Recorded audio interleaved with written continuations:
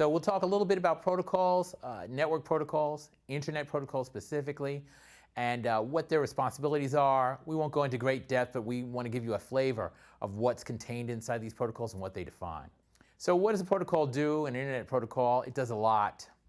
An internet protocol, meaning IP or TCP or UDP, they do several things. One basic thing is provide a naming scheme. Actually, that's a very important thing.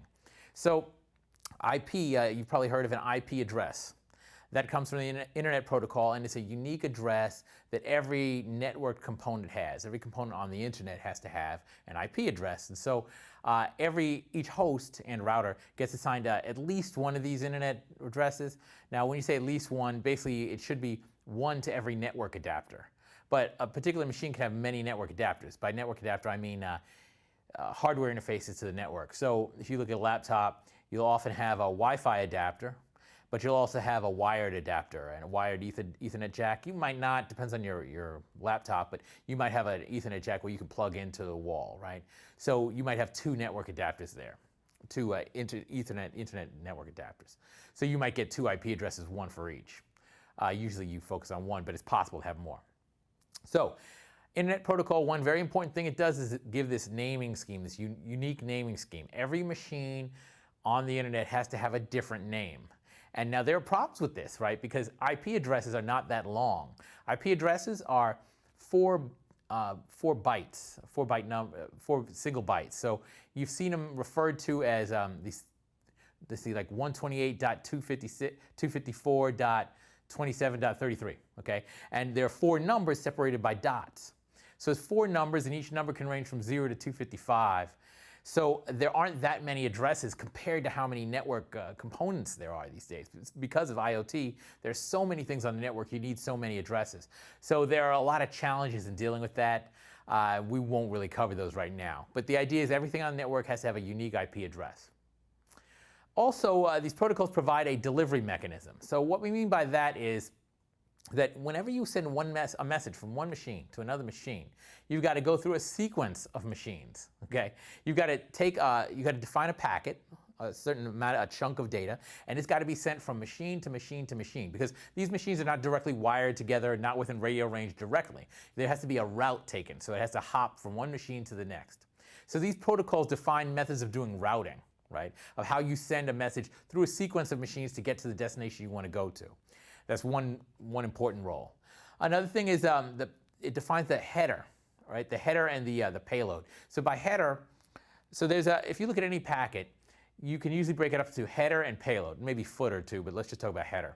So payload is the actual data that you want to send. The header is the information that is sort of metadata. It's about the packet, but it is not the actual payload of the packet, not the important part of the packet. It's not the data you want to send, but it has information about the packet. Now, generally, the header information comes from the network protocols. So the data in the network protocol that the network protocol uses, it gets put into the header, typically. So we'll look at that a little bit here. So yeah, and actually I brought this up last lecture. Citizen band radio, you say over at the end of talking, and Roger means data received, and so on, right? So that would be called footer, right? So you say a message, and then at the end of your message, you say over. And that word over is actually added to the end of the message. So the payload is the text. So say I say something like, hello, my name is Ian Harris, over. Hello, my name is Ian Harris, that's the actual payload. And then the over is overhead, right? We'd call that footer because it's at the end. But text that you put, something that you add to the beginning, you would call header. And header and footer, same thing, beginning and end, but it's the same thing. Excess overhead data that's required to help you adhere to the protocol, but it's not the actual data that you want to send. So these rules enable efficient communication. These rules, these header and footer rules, the data that you put in them, you need that so that at the receiving end, you know, like for instance with CB, you know, oh, I heard the word over, that means I can talk now, right? So in order to establish efficient communication, you need that information that's contained in the header and footer. And for instance, with routing in the internet, some of that information inside the header will be important for routing, right? Things like this. So all the different functions that these protocols handle, they use information inside the header typically to do that. There are many different tasks that are performed by protocols, by network protocols. a lot of different tasks. And we can't go into the details of all those, but some of those are routing, figuring out a route, a sequence of machines to send a packet through to get to its destination. Flow control, right? So making sure that you don't have a bottleneck, that all of your traffic isn't going through one router, that you spread it out over different routers so that you can get good traffic flow.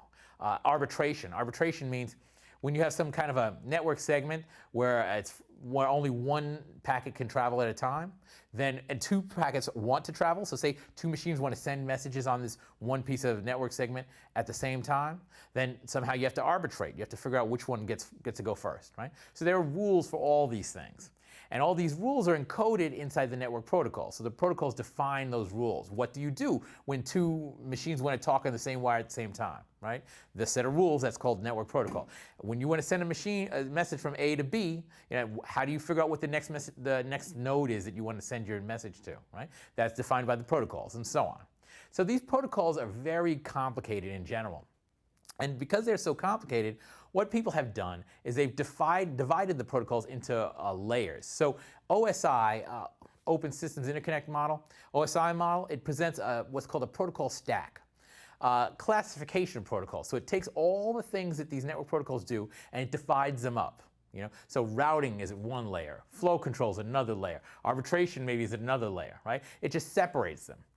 Now, all of these layers have to be taken care of, but this separation is generally good for coding, frankly. Because writing one piece of code that handles all those complex tasks at once, it would be one nasty piece of code. So it makes a lot of sense to cut that code up to separate the responsibilities across different layers, and then write different pieces of code for each layer, and then let the different layers of code work together.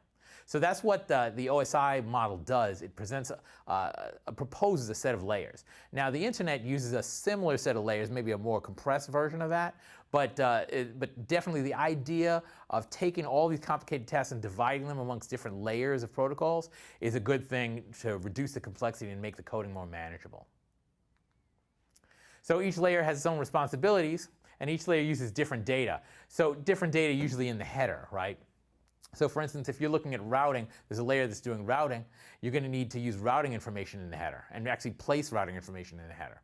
Where if on the other hand you're working on flow control, right, and flow control is maybe at a different layer, then flow control doesn't necessarily need to know the routing information, not the details of it, but it might need to know the capacity at a node, how many messages can a particular node take at one time. So that would be different information that also might be present in the header or something like that.